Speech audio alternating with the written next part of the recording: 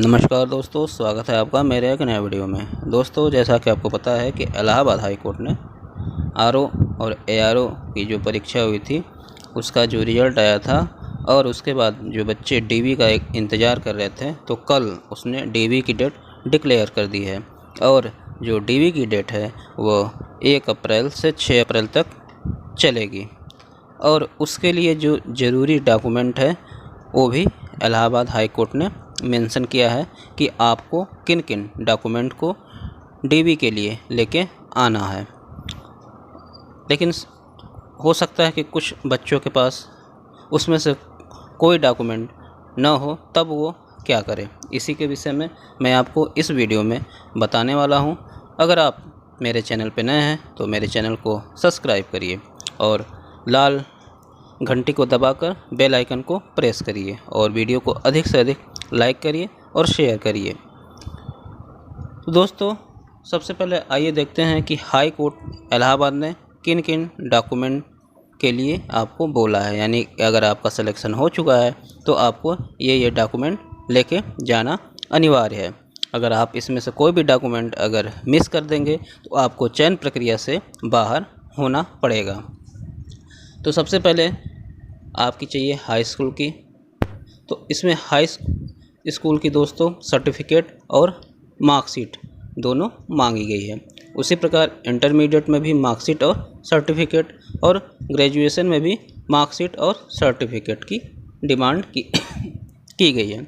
और अगर जिन्होंने पीजी अगर अप्लाई करते समय फॉर्म को भरा होगा तो उनको पीजी की भी यानी कि पोस्ट ग्रेजुएशन उन्होंने जिस सब्जेक्ट से भी किया होगा तो उसकी मार्कशीट और डिग्री उनको लेके जानी पड़ेगी।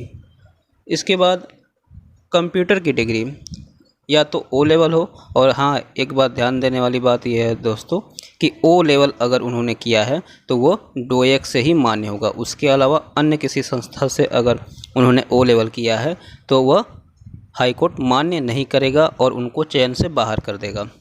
इसके अलावा अगर उन्होंने कंप्यूटर साइंस की डिग्री ली हुई है तो यहाँ पे साफ साफ हाई कोर्ट ने लिखा हुआ है कि रिकॉग्नाइज इंस्टीट्यूशन या यूनिवर्सिटी, किसी भी लीगल यूनिवर्सिटी या इंस्टीट्यूट से वह डिग्री होनी चाहिए, तभी हाई कोर्ट उसको मान्य करेगा। इसी प्रकार CCC के केस में भी उसने यही बात कही है। उसके बाद डोमिसाइल सर्टिफिकेट, तो जो उत्तर प्रदेश के निवासी हैं उनके लिए डोमिसाइल सर्टिफिकेट अनिवार्य है। यानी कि उत्तर प्रदेश का अगर वो छात्र है जिसका चयन हो गया है तो उसके लिए डोमिसाइल सर्टिफिकेट यानी कि निवास प्रमाण पत्र ले जाना आवश्यक है। और सभी दोस्तों यह ओरिजिनल प्रति होनी चाहिए।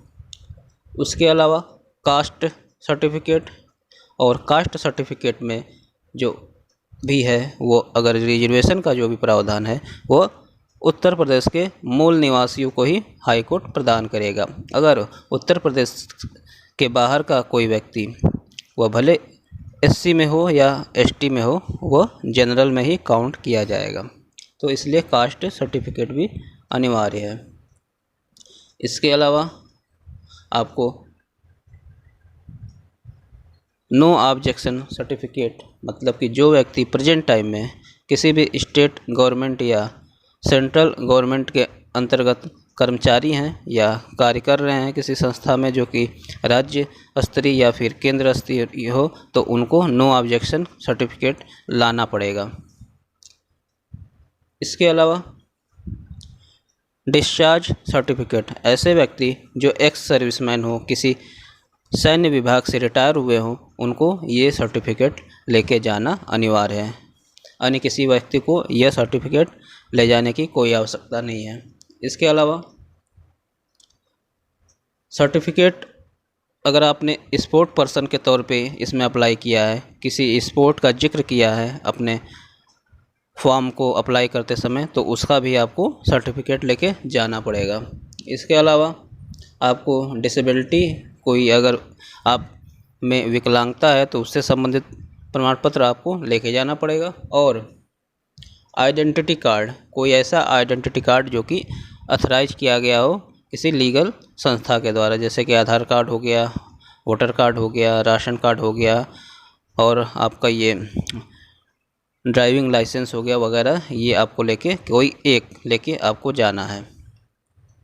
इसके अलावा एडमिट कार्ड, जो आपको एडमिट कार्ड आपके पास होगा फर्स्ट स्टेज और सेकंड स्टेज दोनों की, उसको आपको लेके जाना पड़ेगा। और 2 कलर फ़ोटो आपको पासपोर्ट साइज़ की लेके जानी होगी, और फ़ोटो वही फ़ोटो हो जो कि आपने अप्लाई करते समय फॉर्म में दिया था। तो दोस्तों ये वो सर्टिफिकेट हैं जिनको लेके आपको जाना है डीवी यानी कि डॉक्यूमेंट वेरिफिकेशन में। लेकिन अगर मान लीजिए बाय द वे इसमें से अगर कोई सर्टिफिकेट आपके पास ना हो तो आप क्या करेंगे? तो दोस्तों जैसे कि मान के चलिए बहुत सारे बच्चों के अंदर ये होता है कि वो मार्कशीट तो ले लेते हैं, जैसे कि मान लीजिए ग्रेजुएशन की मार्कशीट तो ले लिए लेकिन सर्टिफिकेट वो नहीं लेते हैं।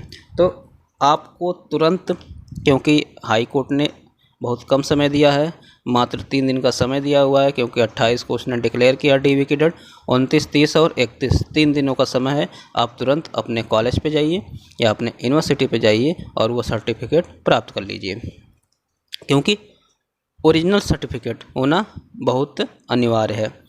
और अगर बाय द वे पहले तो प्रयास करिए ओरिजिनल लेने का। अगर ओरिजिनल सर्टिफिकेट आपको समय से नहीं मिल पाता है तो नोटरी आपको एक बनवा लीजिए कचहरी से, और वो नोटरी में वो मेंशन कर दीजिए कि आपको किन कारणों से ये डॉक्यूमेंट आपके पास नहीं है और आप कब तक हाई कोर्ट में ये डॉक्यूमेंट जमा कर देंगे।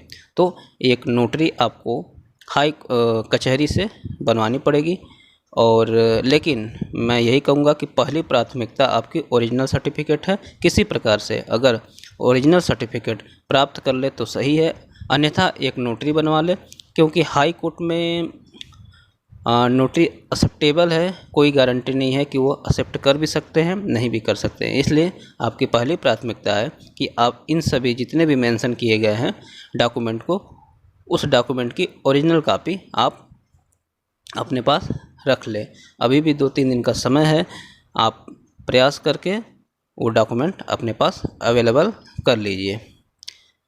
तो दोस्तों अगर वीडियो आपको पसंद आया हो तो प्लीज़ मेरे चैनल को सब्सक्राइब करिए और बेल आइकन प्रेस करिए। वीडियो को अधिक से अधिक लाइक करिए और शेयर करिए, ताकि मैं इसी प्रकार किसी भी वैकेंसी से संबंधित कोई भी अगर नोटिफिकेशन हो तो वो आप तक मैं पहुंचाता रहूं। धन्यवाद।